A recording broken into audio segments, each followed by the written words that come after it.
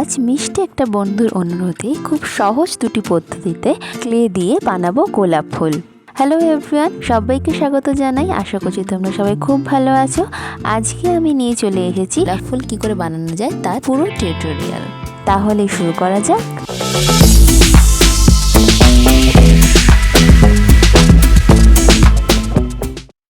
পরিমাণ মতো মোল্ডের ক্লে নিয়ে সেই দুটো পোর্শনকে ভালো করে মিক্স করে নিয়ে আমি খুব পাতলা করে বেলে নিয়েছি।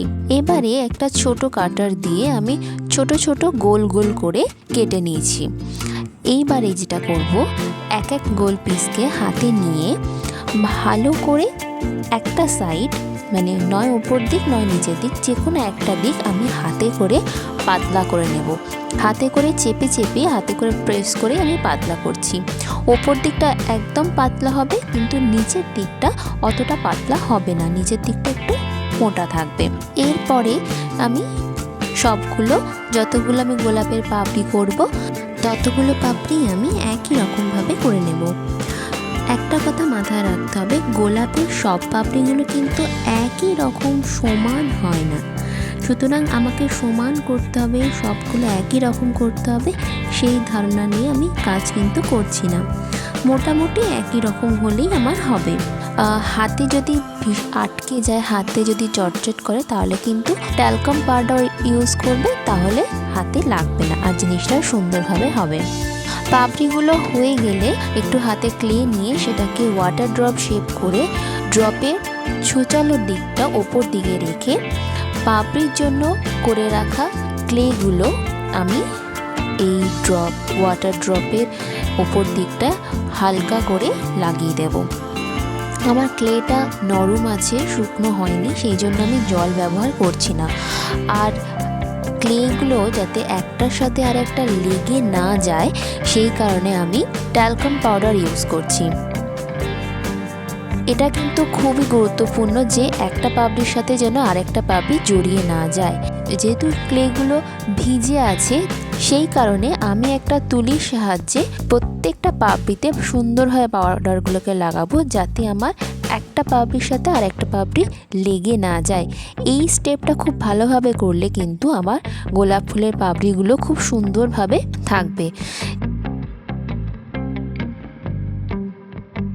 পাপড়িগুলো কীভাবে লাগাবে, একটা পাপড়ি শেষ হচ্ছে, তারপরেই কিন্তু আর একটা পাপড়ি শুরু হবে না। একটা পাপড়ি শেষ হলে তার ওপর দিয়ে আর একটা পাপড়ি শুরু হবে। তোমরা দেখো আমি কীভাবে করছি।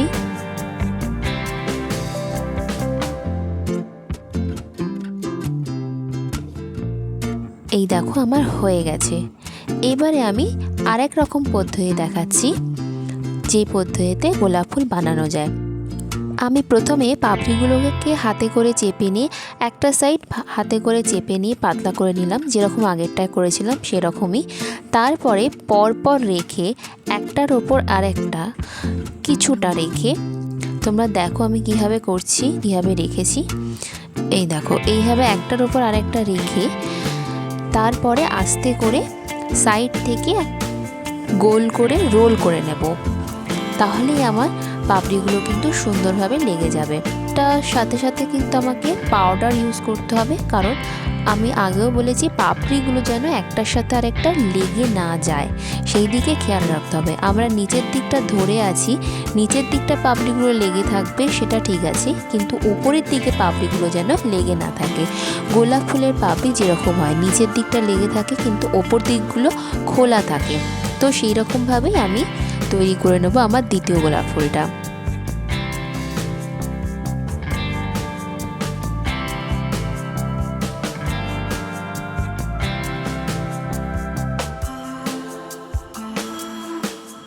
দেখো দুটো গোলাপ ফুল একদম রেডি।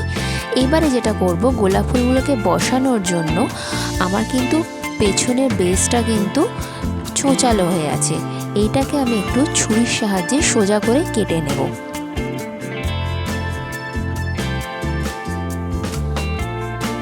এবার দেখো আমার বেসটা কিন্তু রেডি হয়ে গেল। এবারে আমি এটা কিন্তু সুন্দরভাবে বসিয়ে দিতে পারবো, আমার কোনো অসুবিধা হবে না বসাতে। আমি আর একটুখানি তুলির সাহায্যে ট্যালকাম পাউডার ইউজ করছি, যাতে পাপড়িগুলো লেগে না যায়। গোলাপ ফুলগুলো বসানোর জন্য আমি একটা গোল বেস বানিয়ে নিয়েছি। এরপরে আমি হাতের সাহায্যে একটু চেপে আর ছুরির সাহায্যে সাইডগুলো একটুখানি কেটে কেটে নিয়ে পাতা বানিয়ে পাতাগুলোকেও আমি বেসেতে বসিয়েছি প্রথমে। তোমরা দেখো আমি কিভাবে করছি।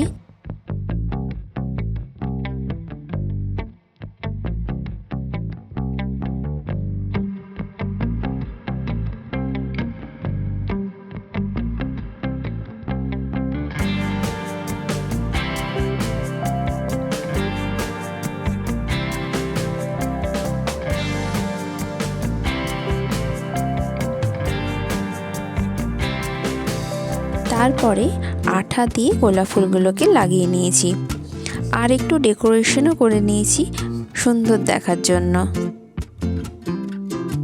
ক্লেটা শুকিয়ে গেলে আমি প্রথমে এতে সাদা রং করে নেব, তারপরে একটা গোলাপ ফুলে হালকা অরেঞ্জ আর একটাতে গোলাপি রঙের গোলাপ ফুল বানিয়ে নিয়েছি।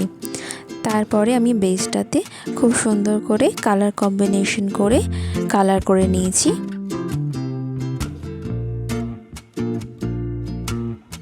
ব্যাস কালারটা কমপ্লিট হয়ে গেলেই আমার গোলাপ ফুলটা তৈরি। আমি কিন্তু এখানে শুধু লকেটটাই বানানো দেখিয়েছি। ভিডিওটা কেমন লাগলো অবশ্যই করে কমেন্টস করে জানিও। ভালো লাগলে লাইক করো এবং সাবস্ক্রাইব করো নতুন নতুন ভিডিওর জন্য। আর কিছু প্রশ্ন থাকলে অবশ্যই কমেন্টস করতে পারো।